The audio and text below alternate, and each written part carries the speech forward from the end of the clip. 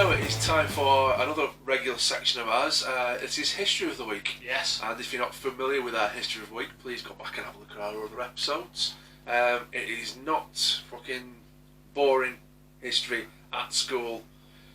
Roman wall building. Yeah, Russian Revolution shite. No. We try and pick out some right interesting tidbits from back in time. Yeah, not too far back, enough to be relevant. Yeah. Yeah. Although we did do, first woman that got killed by a car or something. That was good. Yeah, that was a good one. Yeah, check that one out. Yeah, check episode. Was that episode 1? Yeah, man. Oh my god. Yeah, that was episode 1. Flown by. Yeah, flown by. So to start off with this week, I have got a little bit of a somber note, but hopefully we'll turn it into a bit of a celebration because he was a proper talent, this fella. It's quite close to definitely my heart, probably Doran's too. Cliff Burton, who was the bassist in one of our favourite bands, Metallica, was tragically killed in a traffic collision. Can't call them accidents anymore. No. 33 years ago. Wow, my God. 33 years.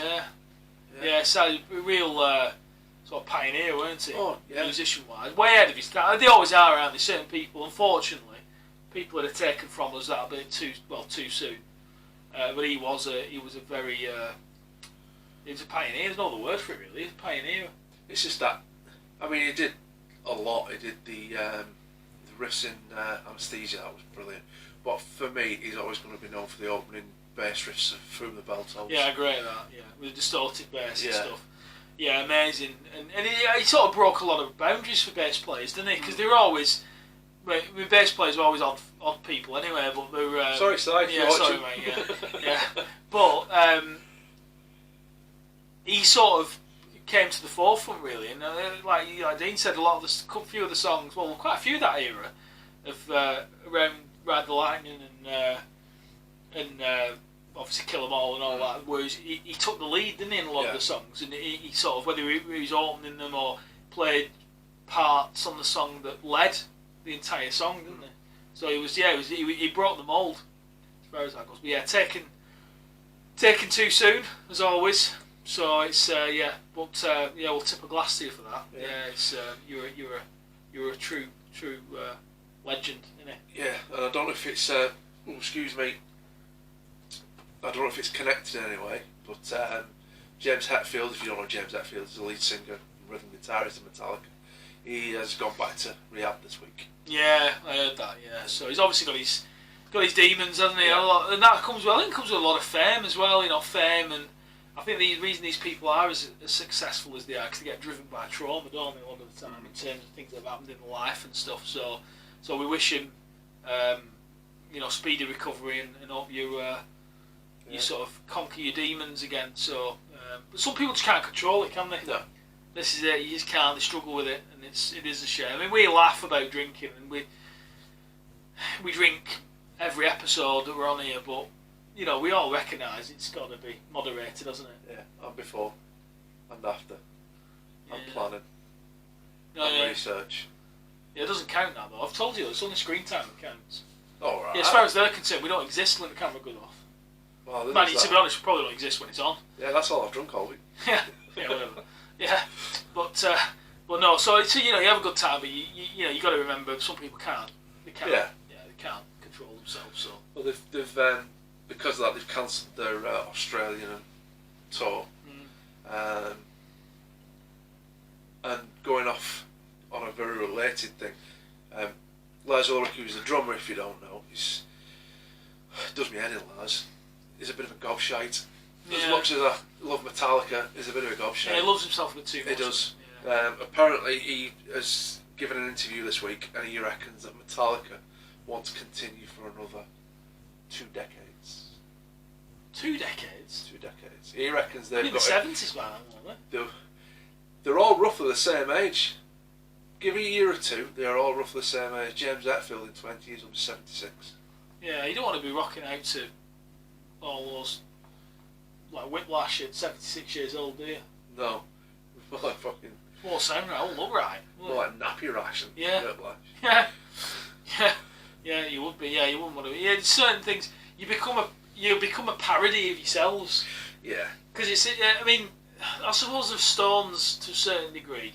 I love the Stones, but when they get to like the age they're at now, they become a caricature of themselves. It's almost like a tribute act. Yeah. It's weird because you can't. It's a young man's game. You know. I know we're all getting older, whether we like it or not. It's a young man's game, that, and especially the sharper end. You know, like Metallica and all that. It's a young man's game. Yeah, I mean, Slayer have packed it in this year.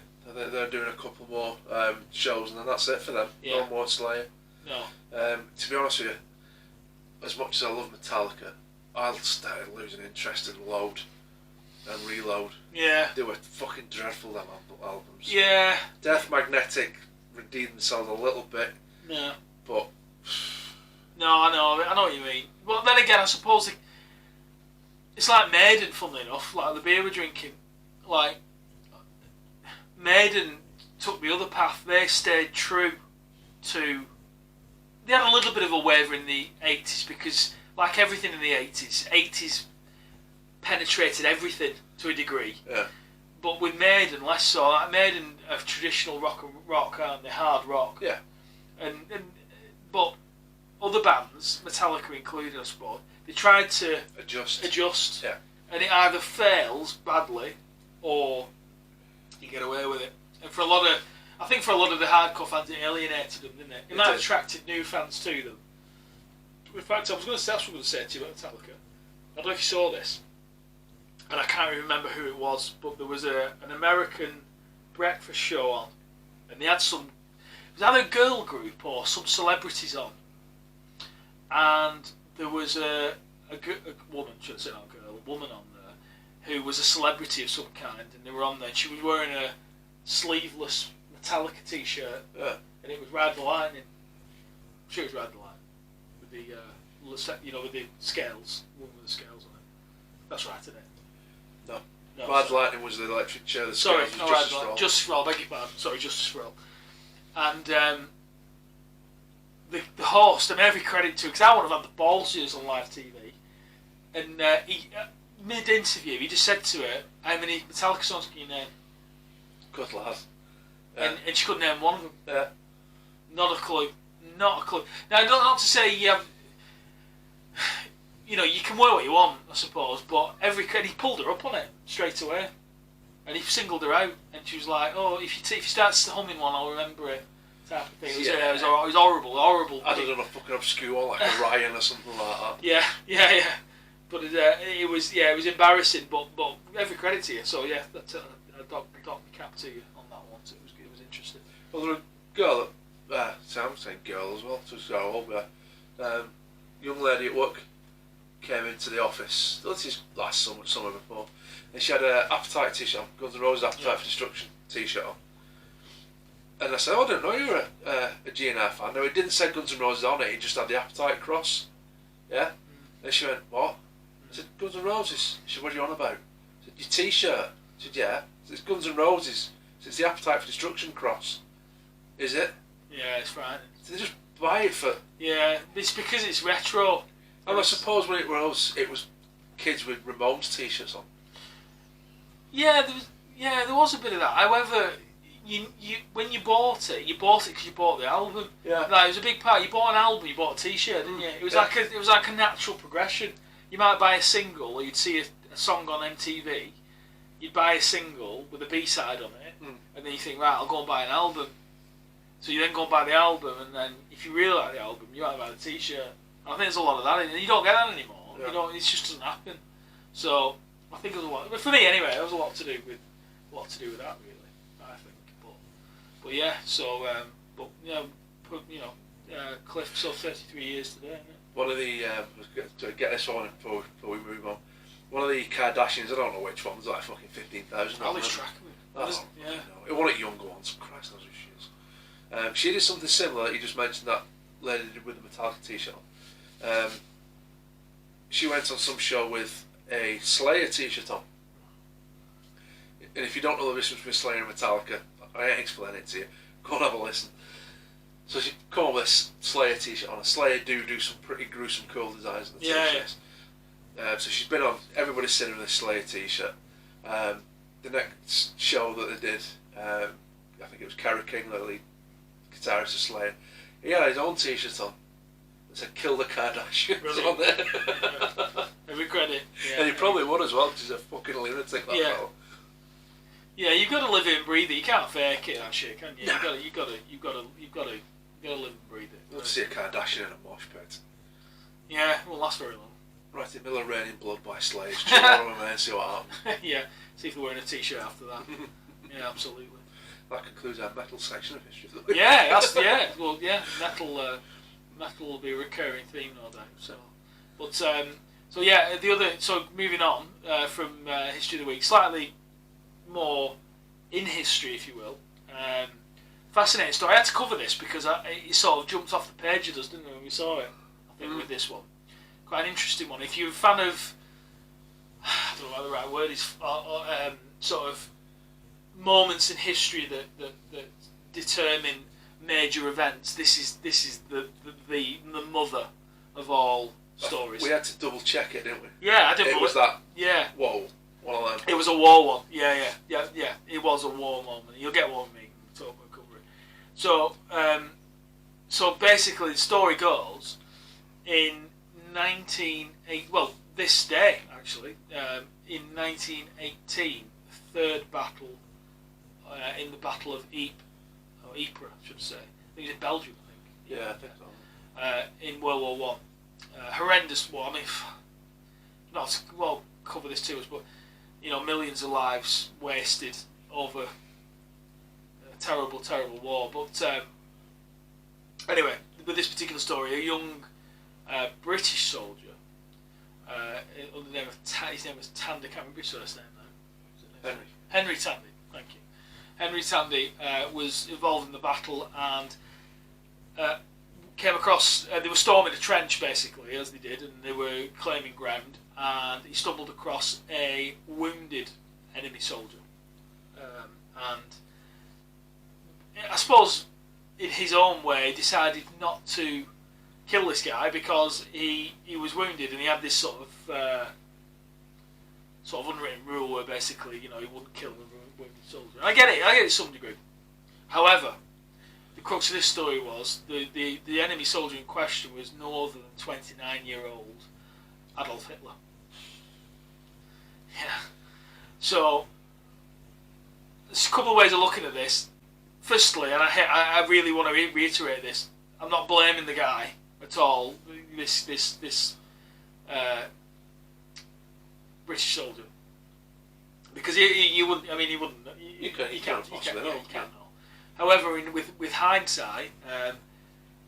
The thing that immediately think of, you think, well, what would have happened, if he'd have killed him, or what wouldn't have happened, or what would have changed? And I think what it hits home is how fragile history is in terms of, those little things, little situations, little moments in time that can have such a huge effect on what happens later on.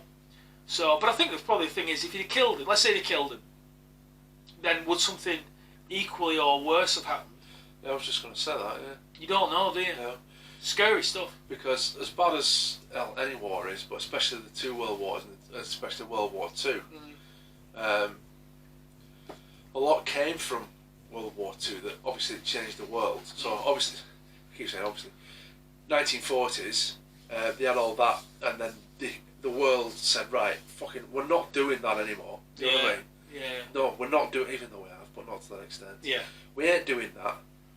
Japanese, when they got nuked, they said, right, that's it, our army's for defence only, we'll never invade another country. If he'd have killed Hitler, those lessons wouldn't have been learned in the 40s. So there wouldn't have been any World War II. So we could have got into the 80s and 90s and had the nukes. Yeah. But then I suppose you could argue then, would there have been the urgency or the need to develop nuclear weapons? Well, yeah, because it wouldn't have... If it had happened. Yeah, because he wouldn't have had to make them to end the Second World War. It's just all what it is, but a fascinating sort of decision that let's face it, probably moulded an entire century. Could change the entire world for pull of a trigger. Yeah. And it just goes to show you can do. Little decisions you make can have such a big knock-on effect. But yeah, who knows what would have happened? But so needless to say, the Hitler obviously survived and went on to be the abomination he was. Vegetarian, you see. Yeah, yeah. Sorry. Yeah, you like the vegetarians to Nazis there. Huh? You like the vegetarians to I Nazis. didn't go that far. I just thought, we're getting to the end of the episode, we've offended most people, we've not dragged the vegetarians into this episode yet, we'll get you. Stocking filler. We'll get you. So yeah, I think it sort of, you start thinking about, if you had a time machine, what would you do? Would you do anything? Would you go back and try and change it? It's weird. Yeah, who knows? It's like the end of Deadpool 2. Yeah, it is like that. And yeah, who knows what you do? I mean, would you try and do something but you don't know what you're going to unleash.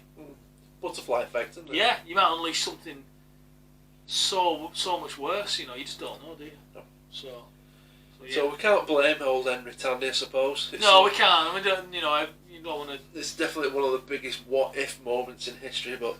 Yeah, and then I suppose you think about it, the flip side, how many people who have been killed that would have gone on to be horrendous characters in history? Oh yeah. You don't know. You don't know, do you? No. There could be somebody twice as bad that did get killed. Or there could have been a similar incident, and they could have been like the worse than Hitler. Somebody spared their life, and they've gone, he spared me. I'll change my ways. Who knows?